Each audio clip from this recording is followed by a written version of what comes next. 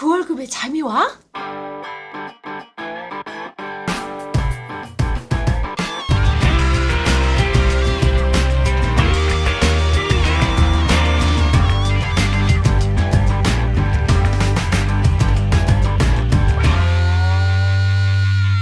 안녕하세요. 반갑습니다. 그 월급에도 잠이 와? 뭉치 양순민입니다. 예, 반갑습니다. 그 월급에도 그나저나 잠이 오게 하려고 애쓰는 모이솔 TV 꼰대 김광규입니다. 요즘 제가 진짜 잠이 잘 와요. 왜냐면 피곤해? 애들 때문에. 애들 때문에. 애들이 어. 어제 낮밤이 거꾸로 안 됐어요.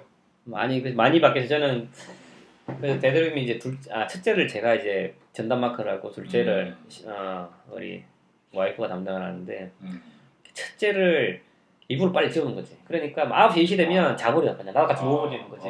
10시 되면 딱 자버려. 그리고 중요한 새벽에 일어나. 새벽에 일어나서 새벽부터 일을 해. 완전히 낮밤이 바뀌었지. 아침 저녁이.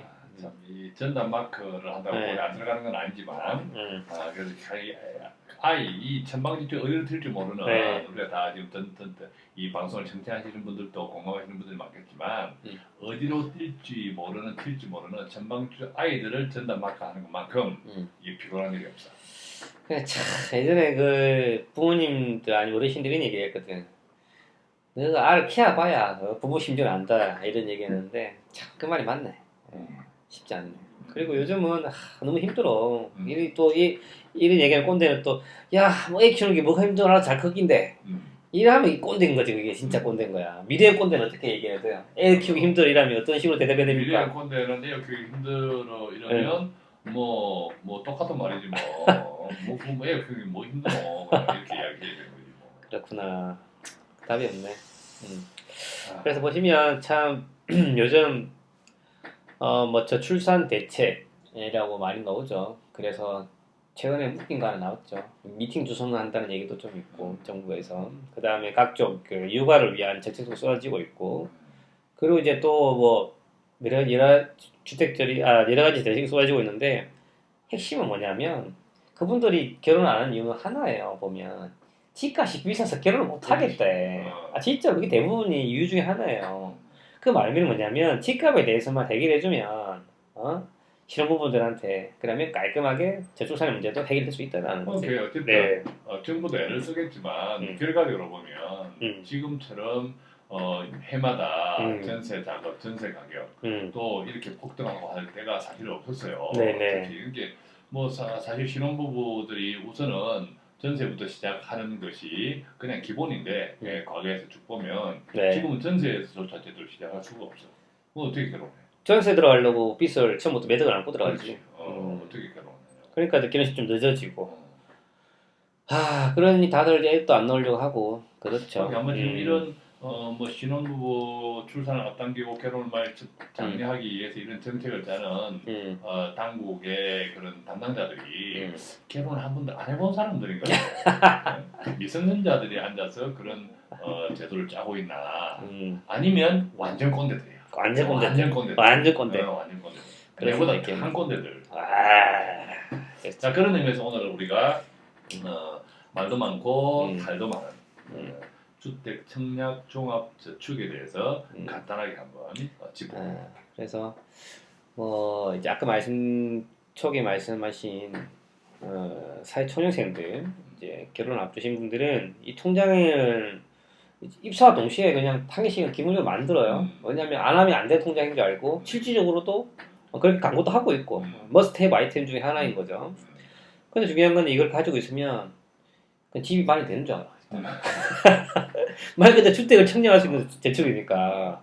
그러면서 이거를 뭐 어떻게 해야 돼요? 이 돈을 뭐 얼마나 불입해야 돼요? 이걸 뭐 통장을 뭐 청약 예금도 있고 뭐 종합 청약 저축도 있고 어떻게 해야 됩니까? 말이 많죠.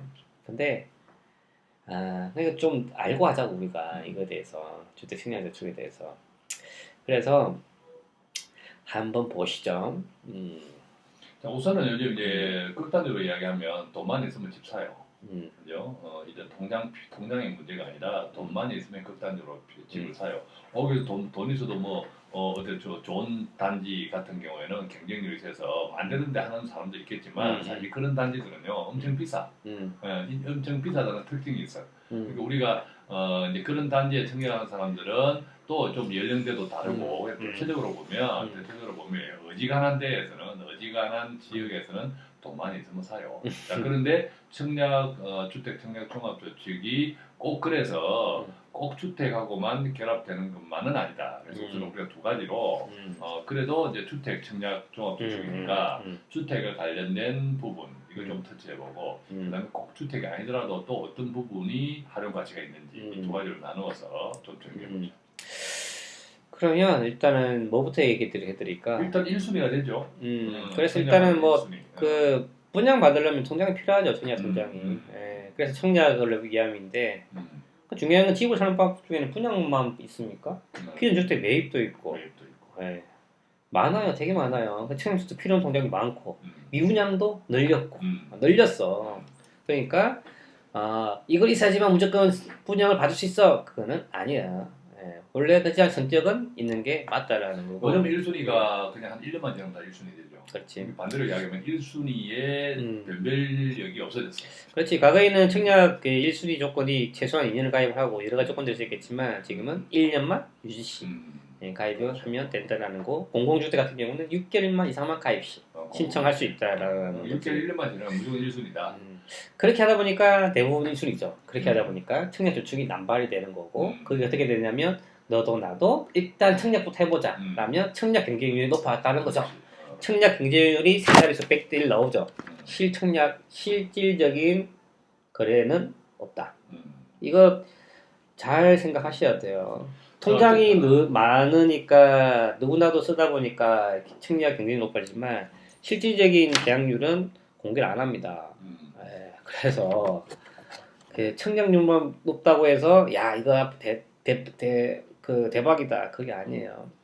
자, 근데 이제 그 주택 청약 종합의 그 통장 이렇게 가지면 또 가입 기간에 따라서 또는 그 기간 동안에 얼마나 저축했냐에 따라서 조금 달라지는 이런 분야도 있죠. 그렇죠. 그래서 보시면 예전에는 이게 청약 뭐 예금, 청약 부금 이렇게 청약 저축 이렇게 세 개가 나눠져 있었어요. 그래서 좀 큰 평수를 예약하려면 청약 예금, 그다음 일반 민영이라든지 이런 걸 하려면 청약 부금, 그다음에 국민주택, 정부가 시행하는 공공주택을 하려면 청약 저축 이렇게 나눠져 있었는데 이게 바뀌었어요 세법이. 2009년부터 2009년 그때부터 통장이 하나로 통합이 됐고요. 최근에는 그것도 통합이 됐어. 지금은 청약 종합저축 하나만 가지고도 세 가지 효과를 다 누릴 수 있다라는 거지. 예, 그래서 보시면 지금 최근에도 보시면 젊으신 분들이 청약 예금을 가지고 계신 분들이 있으세요. 왜냐하면 자기들이 한 게 아니라 어머님들이 가입을 해 두신 거죠. 그러니까 물론 이제 그 예치금이 있으면 지방에 청약을 하려고 할 때 뭐 서울시다 아니 부산에 따라서 예치금에 따라서 면적을 청약할 수 있는 경우도 있겠지만 근데 그런 게 만약에 오래됐으면 가져갈 필요는 있어요. 근데 만약에 대신 단점은 뭐냐면은 나라에서 제공하는 국민 공공주택에 대해서는 청약을 못 한다라는 거죠. 네.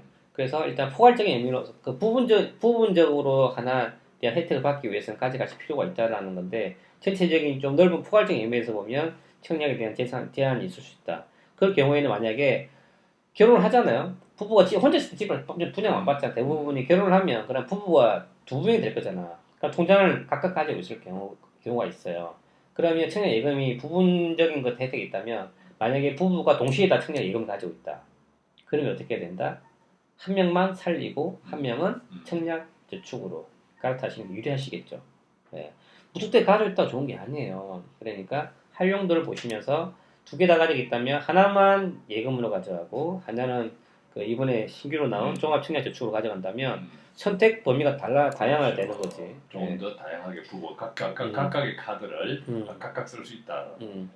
그리고 금액을 많이 신경 쓰시는데 최저금액이 얼마예요? 뭐 최저금액은 뭐 2만 원부터 지금 최저는 뭐 50만 원까지 불입 가능한 거 있는데 일단은 금액을 크게 신경을 쓰지 않아도 되는 게 물론 이제 불입 금액이 나중에 유리하긴 유리하지만 그보다는 불입 금액이 유리하지만 그보다는 일단은 첫 번째는 뭐냐면 불입 기간이 중요해요. 불입 기간이 중요하기 때문에 되도록이면 기간을 길게 가져가는 게 중요한 포인트인 거고 그럼 금액을 얼마 넣어야 되냐라고 이제 고민을 해요. 자 그러면은 뭐 정확한 답은 아니지만 그래도 가장 리저너블한 답을 드릴 수 있는 거는 뭐냐면 청약저축에 대해서는 소득공제 혜택이 들어갑니다. 맞죠? 소득공제 혜택. 그렇지. 정부가 말씀드린 주택과 관련된 것들 그런 것들에 대해서 어느 정도 책임을 질 테니까 저축해라 대신에 소득공제를 줄게. 소득공제가 들어가는데 불입금액의 40%까지 예, 소득공제가 됩니다. 그래서 40%는 굉장히 큰 거죠. 네네. 그죠? 그래서 올해는 그 한도가 좀 늘었어요. 그래서 최근에는 240만 원까지 연간 불입금액에 대해서 소득공제 혜택이 있습니다. 작년까지만 해도 이게 월 10만 원이었는데 이번에부터 20만 원까지. 즉 최대 20만 원까지 그러면 1년에 240만 원이죠. 그러시면 96만 원 정도의 소득 절세 효과가 있습니다. 그래서 즉 내가 여유가 있어서 청약저축 불입하겠다라면 최대 얼마? 월 20만 원. 근데 만약에 여유가 없다라면 최저 한 2만 원까지. 그렇게만 불입을 하시면 됩니다. 그래서 이게 답이 있는 게 아니에요. 내가 현금 흐름해 보시니까 저축 이력이 있다라면 20만 원 풀어 채우시고 왜냐면은 청약 목적도 있지만 소득공제 혜택이 있으니까. 근데 그게 하는 게 아니라 내가 당장 목돈도 없고 결혼 자금도 준비해야 되고 그럴 분들은 당장 목돈만이 중요하시겠죠. 그럴 분들은 2만 원만 넣어서 제대로 불입을 해서 청약 1순위 조건이 뭐라고 했죠? 1년이 됐잖아요. 1년만 채워도 1순위 조건이 된다라는 거예요. 네. 그렇기 때문에 금액에 대해서는 답이 있는 게 아니라 소득공제 수준까지 맥시멈 채우되 그 기준은 내 현금 흐름에 따라서 많고 적으면 달라질 수 있다라는 게 하나의 중요한 포인트입니다. 그래서 여유자금 없으신 분들은 무리하게 넣지 마시고 2만 원만 넣으셔도 충분하십니다. 그리고 청약저축이 집에 가급 상품들이 있다라면 되도록이면 종합 청약저축을 갈아타는 게 유리할 거고 청약예금이 2개씩 가지고 있다라면 하나만 살리고 하나는 청약저축으로 갈아타시는 거 그게 또 중요한 포인트이다. 그리고 꼭 이제 진짜 소위 말하면 그 인기 지역이나 이런 데서 꼭 목숨을 다 바쳐 분양을 꼭 받아야 되는 역사적 사명이 있다. 이런 경우는 이제 뭐 어떤 저축 총액이라든지 그죠?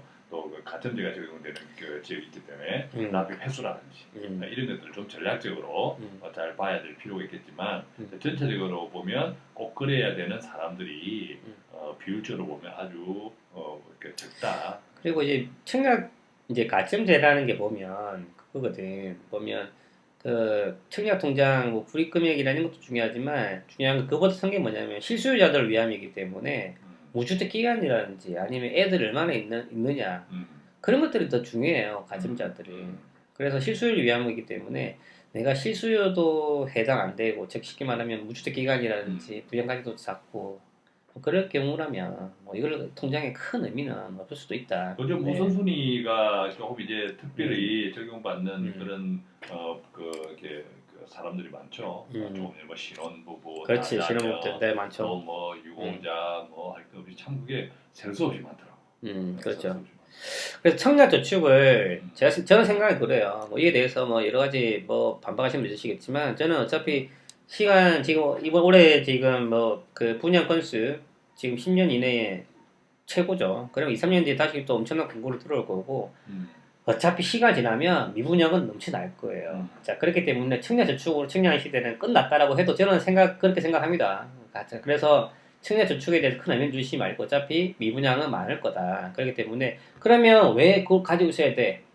이유를 대봐라고 한다면 저는 다른 이유가 있는 게 아니라 공공임대, 국민임대, 즉 정부가 그 임대주택을 제공하는 것들이 있죠. 그런 것들에 대한 지원하기 위해서는 청약저축이 반드시 가지고 있어야 돼요. 그래서 청약저축은 그럴 때 활용하라고 있는 겁니다. 그래서 너무 청약저축을 가지고 집을 사는데 그 맹목적인 믿음을 가지지 마시고 어차피 미분양은 많을 거고 내가 원하는 집을 살 수 있다라는 장기적인 믿음을 가지시고 청약저축은 나라에서 제공하는 공공 물량들에 들어갈 수 있는 통장이다. 그 정도 의미를 가지시고 지금부터는 어떻게 하냐면 그러면 LH라든지 그런 강공서 그런 기관들 들어가셔가지고 국민임대들 물량을 스케줄링을 확인하는 게 가장 청약통장을 가장 활용 잘하는 포인트이다 라는 거죠. 그렇죠. 네. 일반 우리 민영주택이라든지 이제 아주 그 원초적인 이런 청약저축 통장의 활용 기준으로 따지면 사실 그래 해도 당첨되면 뭐해? 당첨돼도 또 경우에 따라서는 상당한 금액을 대출을 받아야 되고, 그죠? 예, 그래서 어떤 게 우리 가정에 주택 그 어떤 구입이나 주택에 관한 뭐 주택 구입이든 또 전세든 월세든 간에 그런 그 기준들 그런 것들을 먼저 잘 정립을 해보는 것이 중요할 것 같고 그에 따라서 관련되는 이런 예금 통장이라든지 이런 것들을 어떻게 활용을 하는 것이 우선적으로 활용하는 것이 좋겠다 이런 것도 이제 그 다음 순서로 좀 배를 해 봐야 되지 않을까. 근데 그런 전략도 없이 그냥 요것만 가지고 그냥 앞에 주택이 붙었다. 요것만 가지고 또 판단하는 것은 상당히 그만큼의 기회적인 손실이 있을 수 있다. 이렇게 우리가 정리하면 좋겠어요, 그죠? 그래서 이제 뭐 만능 통장이라고 얘기하죠. 청약 통장이라고 하는데 일단 오늘 관련돼서 정리를 해봤고 그렇습니다. 뭐든지 일단 좀 팩트에 대해서 기본적인 지식들이 있으셔야 돼요. 거기 없으시면 주위 분위기 휩쓸리다 보면 결국은 모르는 사람만 당하게 되어 있습니다. 그래서 저희가 이제 그런 것들 좀 많이 깨우쳐 드리려고 노력하고 있으니까 좀 청취 잘 지속적으로 부탁드리고 뭐 좀 추가적으로 좀 궁금하신 부분들이 있으시다면 저희 moneystory.tv 홈페이지로 있어서 메모 남겨주시고 그리고 이제 메일을 그 문의를 주실 때 너무 간결하게 답변을 그때도 말씀드렸는데 너무 심플하게 질문을 하시지 마시면 저희가 답변을 못 드려요. 네, 그래서 좀 디테일하게 왜냐면 말씀드린 것처럼 개인적인 재무 상태에 따라서 답이 다 달라져요. 그래서 좀 디테일하게 좀 구체적으로 질문을 주시는 게 좀 현명한 좀 질문법인 것 같고 그리고 기본적으로 포털 사이트 검색해가지고 넣을 수 있는 질문들은 안 하시면 좋겠어요. 네, 어떤 분들은 연봉 3천만 원인데요 어떻게 하면 좋을까요? 요거 땡 이렇게 하는 분들. 네, 제가 고민 들었는데 리모델 해야 될 것 같은데 어떻게 하면 좋을까요? 이렇게 왔다니까 그럼 내가 어떻게 하라고? 그때 우리가 이렇게 답변하겠죠. 연봉 3천만 원인데 어떻게 해야 될까요? 이렇게 질문에 우리는 이렇게 답변하죠. 연봉 3천만 원을 저한테 다 주세요. 이렇게 답변하죠. 일단 돈을 다 받아봐야 사실 그 어떻게 방법이 나오니까. 네네. 그래서 좀 그런 그 질문을 주실 때는 좀 그 부분 좀 당부드리며 오늘 방송 여기까지 하겠습니다. 예, 수고했습니다. 네, 감사합니다.